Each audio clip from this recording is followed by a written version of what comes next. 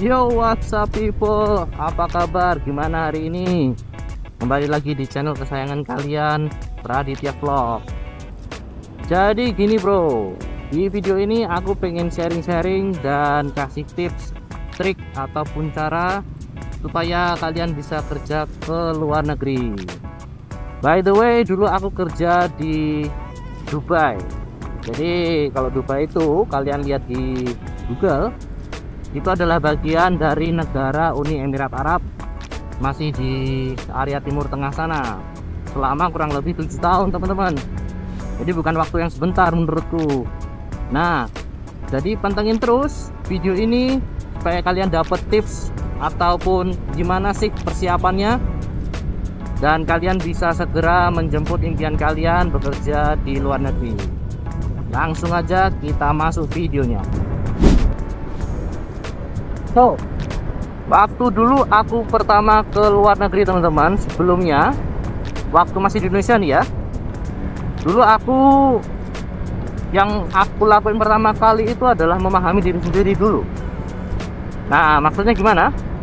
Maksudnya itu adalah sebenarnya itu aku tuh pengen ke negara mana sih, atau pengen punya kerjaan seperti apa sih.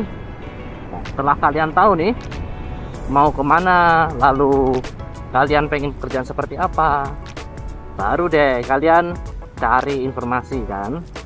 Tapi sebelum itu kalian harus tahu kalau kalian tuh harus mempersiapkan mental dan juga jasmani kalian.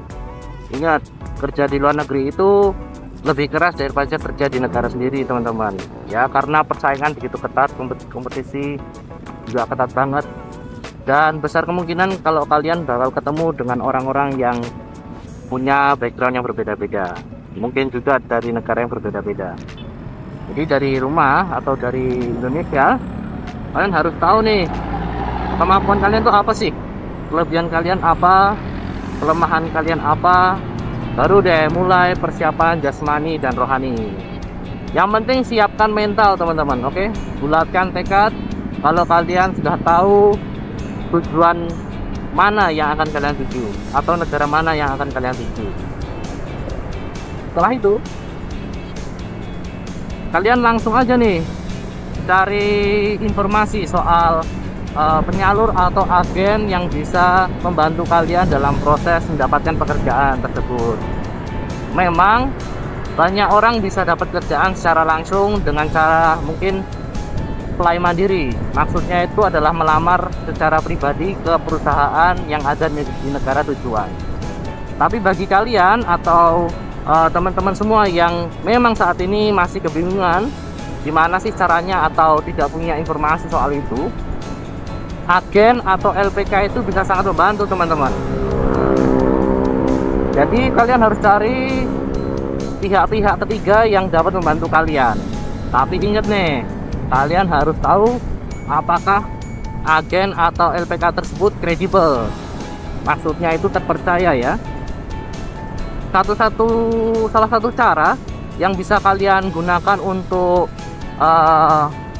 melihat atau ngecek soal kredibilitas dari agen atau LPK tersebut adalah website dari BP3NI, yaitu websitenya pemerintah untuk tenaga kerja Indonesia. Jadi di website itu tertera nama-nama agen atau LPK yang resmi, yang sudah berizin dan beroperasi di Indonesia, termasuk juga disertakan nomor telepon dan kontak person seperti alamat atau siapa yang harus dihubungi. Itu nanti kalian bisa melihat daftarnya dan juga detailnya di situ. Nah, dari situ barulah kalian mulai cari informasi, mungkin lewat sosial media atau mungkin lewat teman yang sudah pernah ke luar negeri, atau mungkin cari-cari di media lain, nggak cuma sosial media. Banyak cara sebenarnya teman-teman, oke? Tapi yang terpenting adalah agen itu terpercaya dan resmi. Beberapa hal yang harus diingat soal agen atau LPK yang kalian akan ikuti itu adalah transparansi tentang proses dan juga pembiayaan. Karena banyak sekali sekarang ini agen-agen atau LPK yang menjanjikan gaji luar biasa besar, tapi mereka juga mematok biaya yang sangat besar. Itu nanti akan timbul pertanyaan nih, Kalian mau nggak mengeluarkan biaya yang segitu banyak tapi belum tahu gimana kredibilitas dari agen atau LPK tersebut?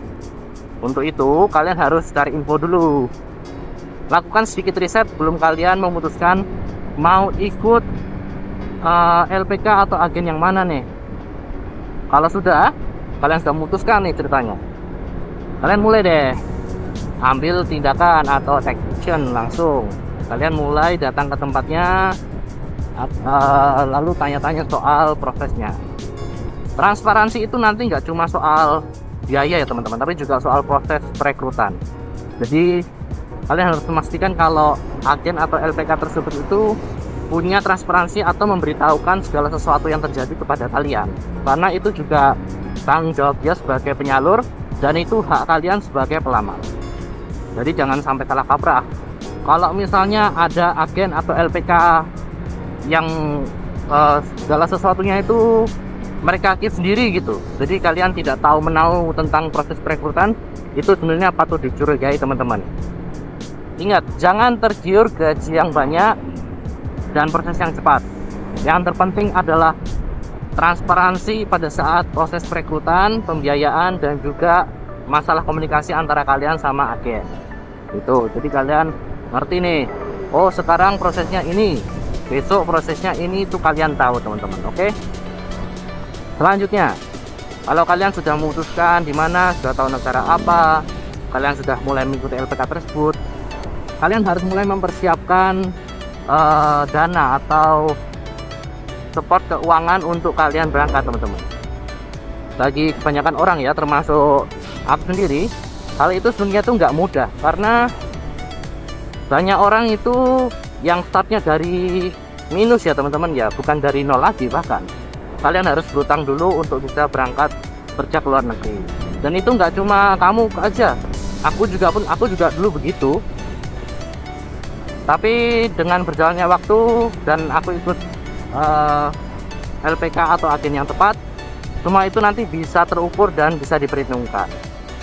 Kalau misalnya dalam proses kalian belajar di LPK, di sini aku mau ambil contoh LPK ke Jepang ya teman-teman. Mau ambil contoh yang ke Jepang aja biar gampang. Semisalnya kalian harus ikut pembelajaran bahasa selama 6 bulan sebagai contoh. Selama 6 bulan itu ada nggak kesempatan buat kalian untuk tetap bekerja atau mengumpulkan uang dulu, menabung sebelum kalian mengeluarkan uang lebih banyak untuk proses ke Jepang tersebut? Kalau memang ada, semisal LPK tersebut menyediakan kelas malam untuk pekerja, saran aku nih, mendingan kalian ambil deh, karena itu adalah salah satu cara supaya kalian juga siap secara finansial, biar kalian nggak harus berutang kepada orang atau lewat instansi atau bank seperti itu dalam proses pemberangkatan kalian. Karena pengalaman juga, kita itu kan juga bekerja untuk mencari uang ya teman-teman, bukannya mau menghabiskan uang. Jadi coba sebisa mungkin manfaatkan program-program yang disediakan, terutama program-program resmi dari pemerintah. Untuk Jepang sendiri ya, di Jepang ini ada banyak program dari pemerintah seperti IM Japan. Nah itu ada program di mana mereka menyediakan talangan dana bagi siswa yang akan berangkat ke Jepang. Itu sebaiknya kalian manfaatkan juga. Memang konsekuensinya itu adalah kalian nanti bakal potong gaji teman-teman kalau nggak salah. Nanti kalau misalnya ada yang salah-salah ya, tolong diperbaiki ya, tolong komen di bawah. Nah lanjut, atau mungkin ke Korea bisa juga, mereka punya program dana talangan juga untuk siswa-siswa atau orang-orang yang ingin kerja ke Korea melalui jalur pemerintah. Tuh, jadi bisa kalian manfaatkan. Nggak perlu takut teman-teman kalau memang kalian niat kerja ke luar negeri, kemudian kalian take action aja dari sekarang supaya kalian bisa menabung demi masa depan dan bisa membahagiakan orang-orang di sekitar kalian. Betul nggak? Lanjut lagi ya. Setelah kalian sudah tahu, sudah mulai pembelajaran, kalian juga harus mulai mempersiapkan dokumen-dokumen teman-teman. Dokumen itu nanti terdiri dari beberapa ya, tapi yang secara umum pasti paspor itu diharuskan. Nah, paspor ini kalian bisa cari ketika kalian sudah mulai selesai pembelajaran atau sudah selesai mengikuti ujian dan dinyatakan lolos, teman-teman. Jadi biar nggak buang-buang uang ya, maksudnya biar nggak terlalu cepat buang-buang uang. Jadi kalian yang penting pada saat pembelajaran itu adalah berusaha terlebih dahulu, berusaha sebaik mungkin supaya kalian bisa cepat mengerti materi pembelajaran ataupun bahasa yang diajarkan. Kalian bisa ikut tes dan bisa segera lolos. Kalau kalian sudah menjamin atau hasil tes kalian itu sudah terbukti 100% kalian lolos, barulah di situ kalian mulai mempersiapkan dokumen-dokumen. Yang pertama tentu aja pasti paspor, teman-teman ya. Paspor itu sendiri pun nanti juga kalian bisa pilih. Pada umumnya ada dua paspor yang sering dipakai oleh para PMI. Yang pertama itu paspor biasa. Satu biasa itu nanti mungkin sekarang sekitar 350.000 kalau kalian mau urus sendiri ke kantor imigrasi ya. Yang kedua itu adalah paspor biometrik, jadi paspor elektronik gitu. Mungkin biayanya sekarang sekitar 600 sampai 900.000 kalau nggak salah ya. Tolong nanti dikoreksi, tulis saja di kolom komentar. Tapi kalau saran aku teman-teman, kalian ambil yang biometrik aja, yang elektronik sekalian, karena itu nanti akan membantu kalian jika kalian ingin pergi berlibur ke suatu negara. Ada beberapa negara yang memudahkan proses turis masuk, terutama dari Indonesia yang menggunakan paspor elektronik tadi, seperti contohnya Jepang atau Qatar.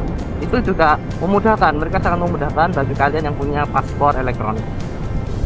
Oke, dokumen kelar, paspor sudah ada, sekarang tinggal lihat prosesnya. Nah, di sini transparansi sangat dibutuhkan teman-teman dari LPK dan juga kalian. Jadi komunikasi itu nggak cuma satu arah ya, nggak cuma mereka saja yang memberitahu kalian atau kalian saja yang bertanya, tapi kedua belah pihak itu harus saling bertanya dan memberitahukan, supaya ada komunikasi jelas antara siswa dengan juga LPK ini.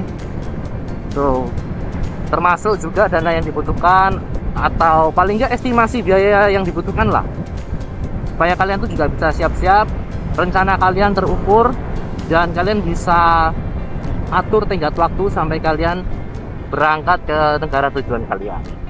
Nah, gitu. Jadi enak nih, jelas-jelas semuanya. Kalian tahu berapa biayanya, estimasi biaya yang paling enggak. Terus kalian juga ngerti berapa lama prosesnya. Kalian juga tahu step-step prosesnya seperti apa. Barulah nanti kalian bisa berangkat dengan tenang, bisa mengukur segala sesuatu, merencanakan sesuatu dengan tepat gitu. Mudah ya? Memang sih kedengarannya mudah, tapi kalian harus tahu kalau proses kerja ke luar negeri itu sebenarnya itu tidak sesulit itu, teman-teman. Tidak sesulit itu. Jadi kalau kalian punya saudara atau teman yang sudah bekerja di luar negeri, kalian boleh minta saran dari mereka.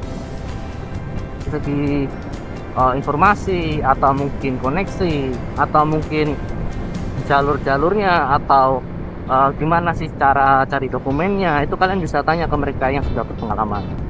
Di sini aku cuma sharing tips-tips atau cara-cara atau pengalaman aku dulu ya teman-teman, bukan mau mendetail banget soal aku lewatnya agen mana dan sebagainya, itu bukan ya. Jadi kan kita kan paling nggak tahu gambarannya seperti apa, secara garis besar aja. Nah, kalau kalian misalnya sudah dapat pekerjaan nih, sudah dapat tujuan perusahaan yang akan kalian datangi di negara tujuan, itu nanti juga pasti melalui proses seperti wawancara atau mungkin juga tes psikologi yang biasanya kita sebut psikotes ya. Itu nanti akan kalian jalani sampai kalian masuk ke sesi interview akhir bersama dengan HRD dari perusahaan tujuan. Itu nanti adalah penentu teman-teman. Nah, kalau kalian udah kelar nih, udah dapat kerjaannya, udah pasti lolos nih, baru kalian bisa langsung mempersiapkan fisik kalian. Karena di setiap kepergian tenaga kerja Indonesia atau PMI ini, kalian diwajibkan untuk melakukan tes laboratorium medikal gitu deh pokoknya. Nah, kalian bisa mempersiapkan. Bagi kalian nih yang sering mabuk-mabukan gitu ya, atau merokok, atau kurang berolahraga, sekarang mulai dikurangi dan mulai berolahraga biar kalian nggak gagal waktu medikalnya. Tuh, kalian harus berbanyak pola hidup sehat, mulai pola hidup sehat dari sekarang, makan yang benar, pola istirahat yang benar, biar nanti lancar sampai pengaplaian visa atau pembuatan visa. Pembuatan visa itu sendiri sebenarnya juga selalu membutuhkan keterangan surat sehat itu tadi atau hasil medikal kalian. Dan biasanya perusahaan-perusahaan yang benefit dalam arti yang memang perusahaan besar, mereka biasanya sudah menunjuk klinik khusus gitu teman-teman. Jadi misalnya nih perusahaan A merekrut aku nih misalnya, jadi aku disuruh medikalnya itu nanti di klinik ini begitu, mungkin di kota mana, mungkin di Jakarta atau di sekitar tempat kalian. Nah, kalau udah, barulah proses pembuatan visa dimulai, nanti dibarengi dengan surat pengantar, entah itu dari agen atau juga kontrak kerja dari perusahaan kalian. Itu nanti akan disertakan semua pada saat kalian melakukan proses pembuatan visa. Selama prosesnya itu transparan dan nilai angka atau uang yang harus kalian bayarkan itu tidak muluk-muluk, itu bisa dipastikan kalau itu memang benar dan jujur. Untuk itulah pentingnya riset sebelum kalian memilih teman-teman. Kalau misalnya kisaran antara 100 atau berapa tapi langsung dijamin berangkat, itu udah pasti bodong teman-teman ya. Jadi jangan tuh, pokoknya jangan tergiur cepat berangkatnya. Bukan masalah cepat berangkatnya, tapi proses kalian benar dan kalian bisa dapat kerjaan yang benar juga. Di sana bisa dipertanggungjawabkan, karena nanti kalian sebagai tenaga kerja Indonesia atau PMI, itu nanti kalian harus dilindungi dengan undang-undang juga teman-teman. Tapi kalau kalian misalnya berangkatnya ke sana dengan cara yang ilegal, dan ini sangat nggak disaranin ya, pokoknya jangan, karena segala benefit tadi itu nanti tidak akan diberikan kepada kalian, termasuk perlindungan hukum, karena kalian sendiri datangnya juga secara ilegal. Otomatis negara pun kalau mau membantu juga kesulitan, karena kalian tidak punya dokumen yang resmi, lengkap, dan yang sah. Oke, mungkin segitu dulu teman-teman video dari aku. Pokoknya jangan lupa subscribe, komen, share, dan like video ini. Semoga video ini bisa berikan manfaat buat kalian semuanya, dan juga bisa menjawab pertanyaan-pertanyaan dari teman-teman semua yang ingin atau sedang proses bekerja ke luar negeri. Pokoknya tetap selamat di jalan, dan semoga apa yang kalian impikan bisa segera terwujud. I'll see you again in the next video. Bye bye.